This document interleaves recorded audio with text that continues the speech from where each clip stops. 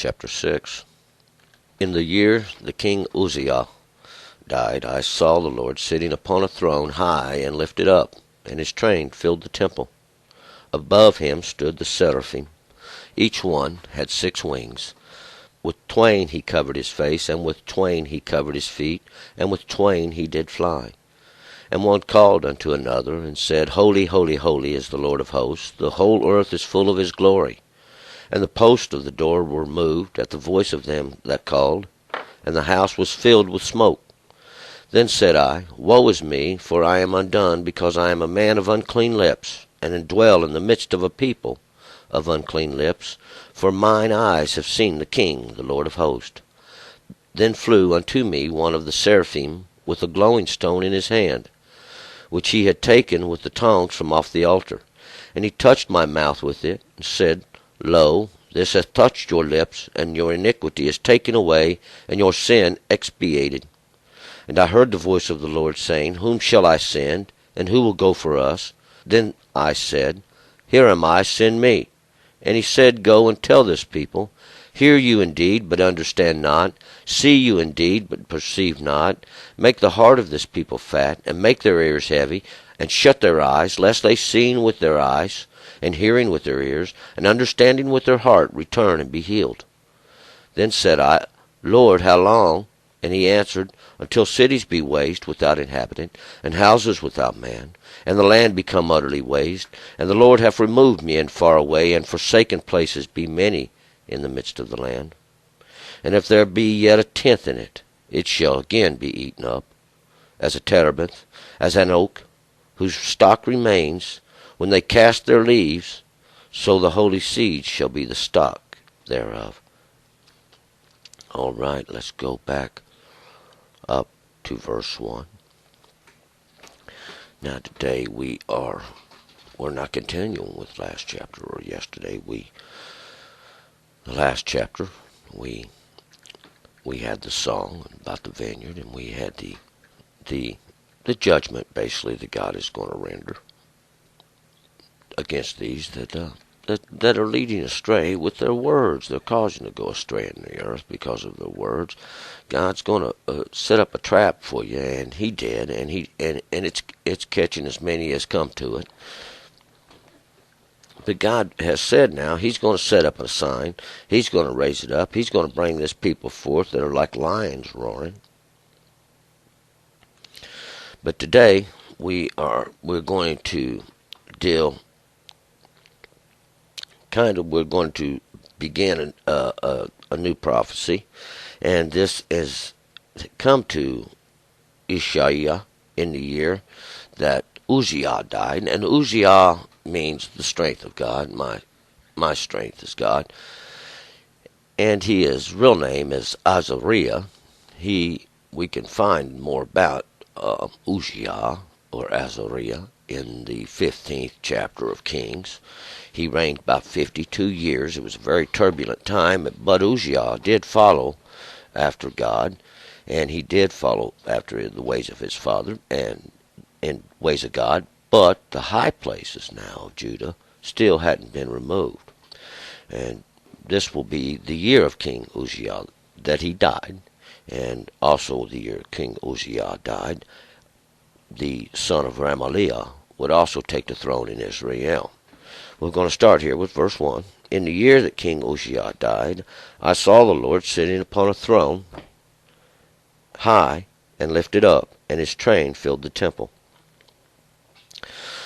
So, the year Uzziah died, and this is just to document the time of it, Isaiah has a vision, and he does see God sitting on high. He explains it this way. 2. Above him stood the seraphim. Each one had 6 wings. With 2 he covered his face, and with 2 he covered his feet, and with 2 he did fly. The seraphim here, these seraphim are the plural now of seraph.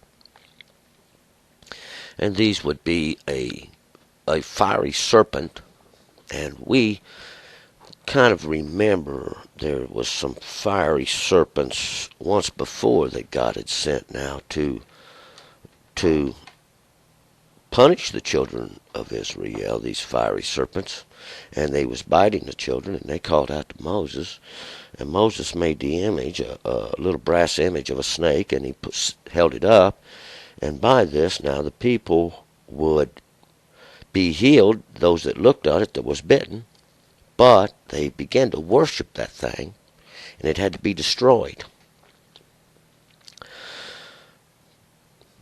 But here we have these 6 wings, and these six is always in repetition of the work of men, this work that men has done. And these wings are like borders even, the edges, the outlines of it, the borders thereof. It's set in a border. And 2 is a witness, and he covers his face with 2. Now, and that we can't see the face of him, and with or that which makes known. And with 2 he covers his feet, these 2, which represents that he does hide his way. He hides the way by which he does go. And with 2, witness, 2 means witness, he did fly, or he does go by. 3, and 1 called unto another and said, Holy, holy, holy is the Lord of hosts. The whole earth is full of his glory. And this glory we recognize in as the work of God, that which it comes off his hand. He did allow Moses to see his glory, but he held his hand for it now. Holy, holy, holy is 3 times. Holy, holy, holy. Holy is a word that basically means sanctified, set aside for a given purpose. 4, and the posts of the door were moved at the voice of them that called, and the house was filled with smoke. So now these ones that are calling, these seraphim, as they speak, now the posts of the house are made to shake. And these posts represent that which supports the door. There's a doorway. This would be the post on either side, and they do begin to shake. Why? Well, this door is threatened even. This would be where the threshold of the inner sanctuary would be. And the whole house is filled with smoke. And this smoke represents God's glory, because it's without understanding, it is almost hidden in confusion. 5, then said I, Woe is me, for I am undone, because I am a man of unclean lips, and I dwell in the midst of a people of unclean lips, for mine eyes have seen the King, the Lord of hosts. So I am undone. Woe is me, woe is me. He thinks he's going to die. Woe is me. He thinks he's at the end. For I am undone. He feels like he's fell apart inside. I am a man of unclean lips. And this means that he is a man who he is not perfect in this world. He is a man who is of unclean lips. He says things that ain't right sometimes. But this unclean means to be polluted, even in his speech. And he does dwell in the midst of a people who are just like him. They are also polluted in their speech. But he says, his eyes have seen the King, the Lord of hosts, because what he has seen is the glory of God and the work of God, and he understands these things. 6, then flew unto me one of the seraphim with a glowing stone in his hand, which he had taken with his tongs from the altar. And this flew, he has come unto me, this seraphim, this fiery serpent, with a glowing stone in his hand. And this glowing stone represents this hot stone that was there in the fire from in the furnace. And it's a representation of a piece of truth now that is passed into fire and is now become a ember that glows. And he took it with the tongs from off the altar. 7, and he touched my mouth with it and said, Lo, or now, this hath touched your lips, and your iniquity is taken away, and your sin expiated. And this iniquity here, a better word for this would be your distortion. Your distortion has been removed. There's no more confusion. These things are no longer distorted unto you. They are made simple. They are made true. And your sin is expiated. Your sin is covered over. God has forgiven it. It's hidden. It's been taken away. It's been done away with. 8. And I heard the voice of the Lord saying, Whom shall I send, and who will go for us? Then I said, Here am I, send me. And the voice of God does, when you approach God, and I've said this, but when you approach unto God, He will say, Come here. He has something He wants you to do for Him. 9. And He said, Go, tell this people, hear you indeed, but understand not, and see you indeed, but perceive not. And we'll find what was going on was God was removing now the power. They would see all these things and hear these things, but they would not understand what's truly going on, because God said now they will not understand mine. They do not understand the ways of God, neither do they perceive these ways. See, God's doing something, but they don't understand what God's doing. But we know God has said He's going to make a great example, even do a marvelous work. And we're here to find out that they heard what was being said, but they couldn't understand it. And they seen what was going on, but they could not perceive. It was judgment from God. They could not perceive this. Why? They don't know God. They don't understand the way the law works. This has all been taken away. They was practicing idolatry. They was going after everything else, and did not perceive this was the judgment of God. 10. Make the heart of this people fat, and make their ears heavy, and shut their eyes, lest they seeing with their eyes, and hearing with their ears, and understanding with their heart, return and be healed. Return. Why? Because you've went astray from the law of God. And we find that this is what this has been about all the time. They strayed from the law of God. They went and made them another, not a God, made them an idol, made an image of it, set it up, and started falling down to it. See, this was what happened to the brass snake, see, that was given for healing. This is what happens to everything, see. The people, they get it, and then they go off and with the words of men, try to create it into something, make it into something, build it up, mold it, even molten image. This is what it's all about. And if you understand these things, then you can turn from this. See, because this is what, lest they see with their eyes, what do they see? They would see this image that men have raised up. And they hear with their ears. Hear what? Hear the words of God, that this is judgment. And understand what? With your heart. See, because God said, I'm going to circumcise your heart in the end time. God's going to do a great work. See, God said, I'm going to circumcise your heart. Not men.